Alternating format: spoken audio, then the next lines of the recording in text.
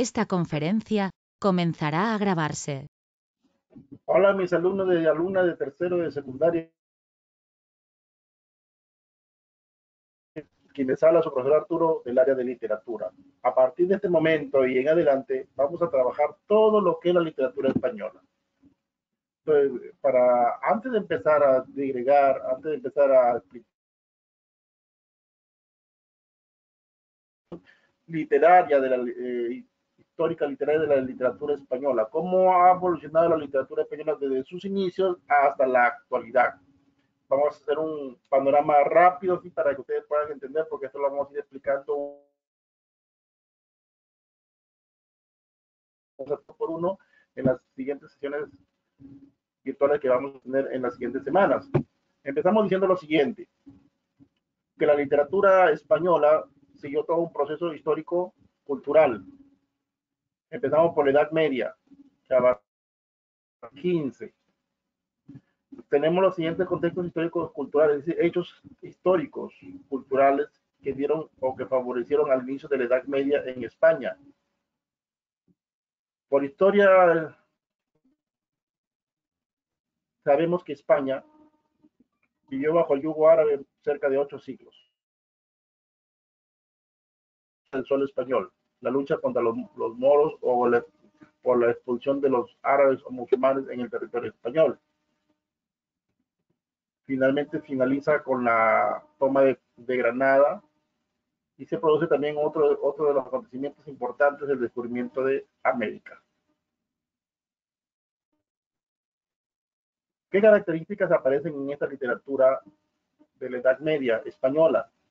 Aparecen dos oficios, el máster de clerecía y el máster de juglaría. El máster en aquella época es como se llamaran hoy día oficios. Eran aquellos, el máster de clerecía estaba a cargo de los clérigos o los monjes, que tenían un raigambre, una apariencia, una cultura mucho más mejor, mucho más elevada porque permanecían en los monasterios. Mientras que el máster de juglaría estaba a cargo de los juglares o los trovadores, que eran los poetas o los cantantes del pueblo. Más o menos se da en el siglo XII al siglo XIII, XIV, en esta aparición de estos tipos de manifestaciones literarias españolas. Se dan los famosos cantares de gesta en el siglo XII, los cantares de gesta no solamente en España, sino también en España aparece el famoso poema del Mío Cid, de autor anónimo. Todas las características de estos cantares de gesta es que eran anónimos. En Inglaterra el cantar del Rey Arturo, en Francia el cantar la canción de Rolando, en Alemania la canción de los Nibelungos, o el canto de Igor, etcétera, etcétera. Se da la primera manifestaciones literarias como son las jarchas, que vamos a ahondarlo porque estamos haciendo una visión rápida de lo que es la evolución literaria de la literatura española, porque como les mencioné, lo vamos a ampliar en la siguiente sesión virtual. Por lo tanto, los representantes en cada uno de ellos tenemos en la poesía juglar, que habíamos dicho los juglares, en la poesía culta los clérigos o monjes, y también en la narración y en el teatro. Luego de la Edad Media viene una edad de esplendor, de hegemonía en la literatura española, que se le conoce como la Edad de Oro, que abarcó el siglo XVI hasta el siglo XVII. También que acontecimientos históricos continuaban con la Reconquista, los españoles cristianos logran capturar a los moros, a los árabes musulmanes que se encontraban en el suelo español. Y aquí surge una figura muy importante en esta época, en este periodo de Reconquista, sobre todo la figura del famoso Rodrigo Díaz de Vivar, más conocido como el Cid. Por ahí hizo el poema del mío Cid. Los moros o árabes le colocaron este apelativo del Cid, el Cid campeador, que significa el señor de las batallas, por la gran valentía que puso este guerrero, este valiente soldado español en la lucha contra los moros y musulmanes. La conquista de América, España logra consolidarse como el mejor ejército a nivel mundial y por lo tanto empezó a conquistar varias colonias, entre ellas Perú. Logra conquistar varios países de América y se consolida como uno de los más grandes ejércitos y una de las más grandes naciones del mundo. Aparece el humanismo a diferencia de la Edad Media. En la Edad Media la concepción fue teocéntrica, es decir, todo estuvo centrado en Dios. Ya en la Edad Media, en la Edad de Oro de la literatura española, ya se le da más énfasis al humanismo, al ser humano, al hombre. ¿Ya? ¿Qué características literarias encontramos en esta literatura de la Edad de Oro, que comprende dos siglos? Aparece como manifestación literaria tanto el Renacimiento como el Barroco, y se dan en diferentes géneros literarios como la poesía, la narrativa y el teatro. Luego, como tercera evolución literaria después de la Edad de Oro, viene lo que es el neoclasicismo, que abarcó el siglo XVIII.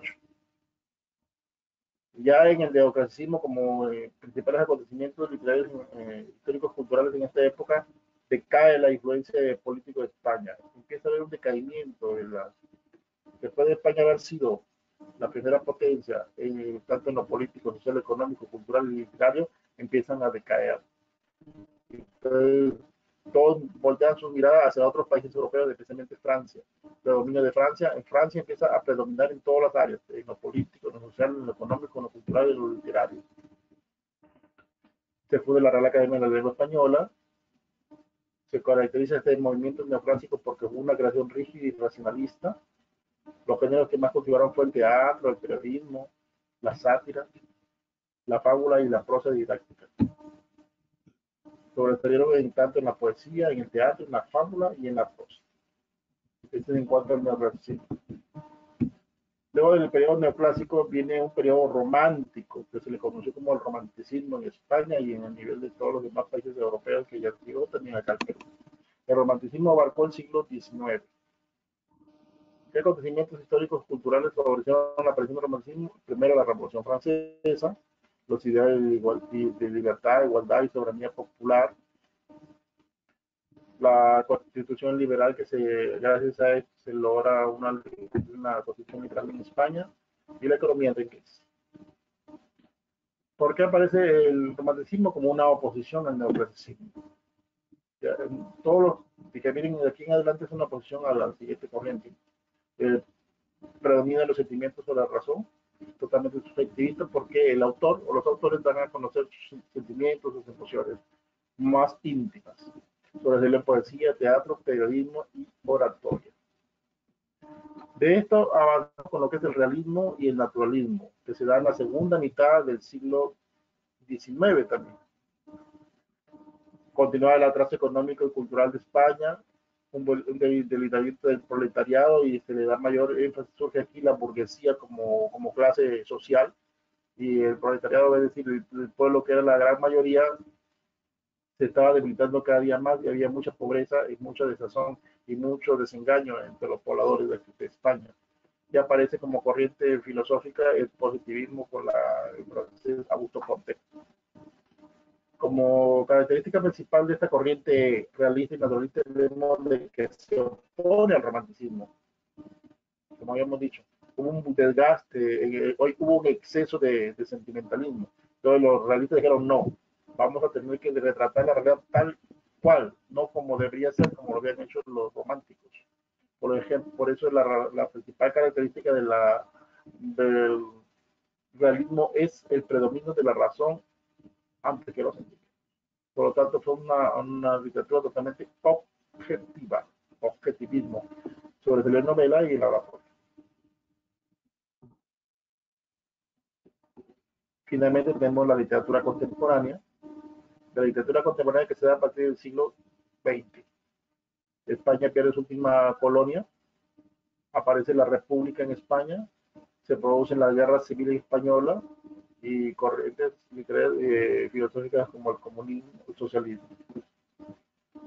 Como corrientes literarias aparecen a partir de 1900, en 1800, 1900 en adelante, aparece la generación de 1900, del 98, de 1898.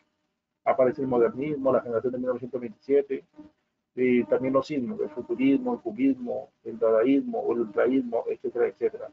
Y sus principales representantes son la poesía, la novela, el teatro, la oratoria y el periodismo. Esta es la manera de una introspección rápida de lo que es la evolución de la literatura española, porque como les dije, ya en las siguientes sesiones virtuales vamos a ir ampliando uno por